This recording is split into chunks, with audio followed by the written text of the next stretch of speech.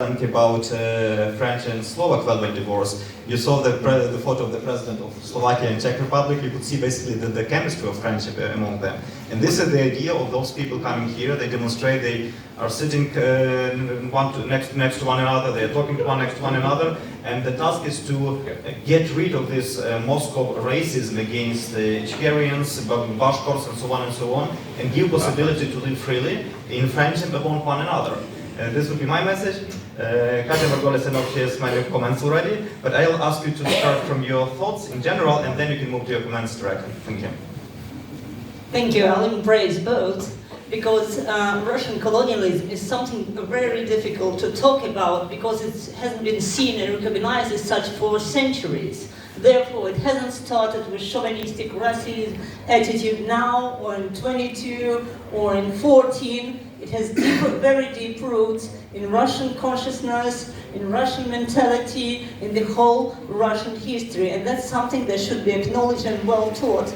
And as we well know, the history is written by victors, and the image and the narrative is formed by the conquerors, by the colonialists. It's been the case with any empire, and Russia is no exception. So the way also our Europe, I live in Italy for 20 years and I work in Italy, and the way these decolonization movements are perceived in the Western perspective is also part of the formation of the Russian myth, imposed by Russia with its resources partially taken from colonies, because epistemology, the system of knowledge, is also formed by the empire, because it's the way it dominates. And Putin, we talk about Putin information war, propaganda, but there is much deeper propaganda also. It's not about like current events, but the general myth of this great Russia, the brother, and even you talking, I totally agree with most of your points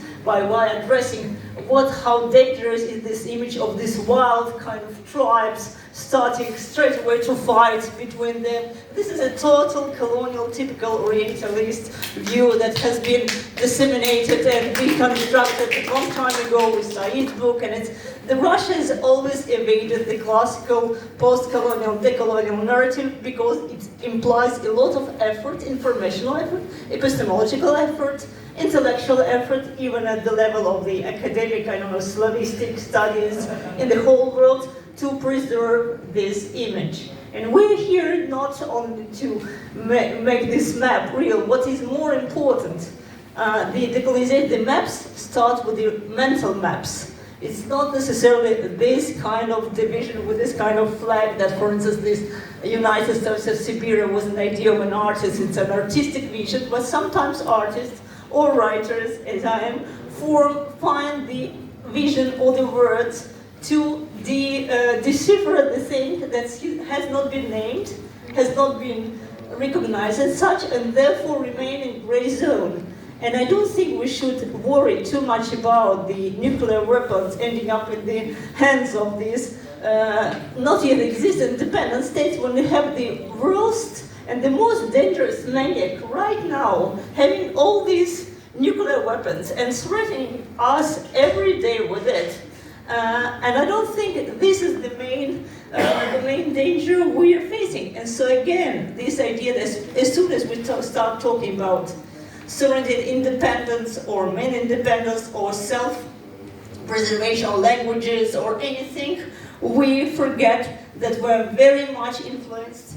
I grew up in Moscow, for instance, and very much influenced by this imperial knowledge narrative, deeply engraved in us by education, by the formation, by the whole epistemology of knowledge through the centuries. So I think, as a teacher and as a writer, we should start with taking off this spell of this great Russian myth, also, and letting people, and that's why we're here, talking for themselves and not repeating the cliches that empire imposes on our knowledge. That's what I want to say. Thank you.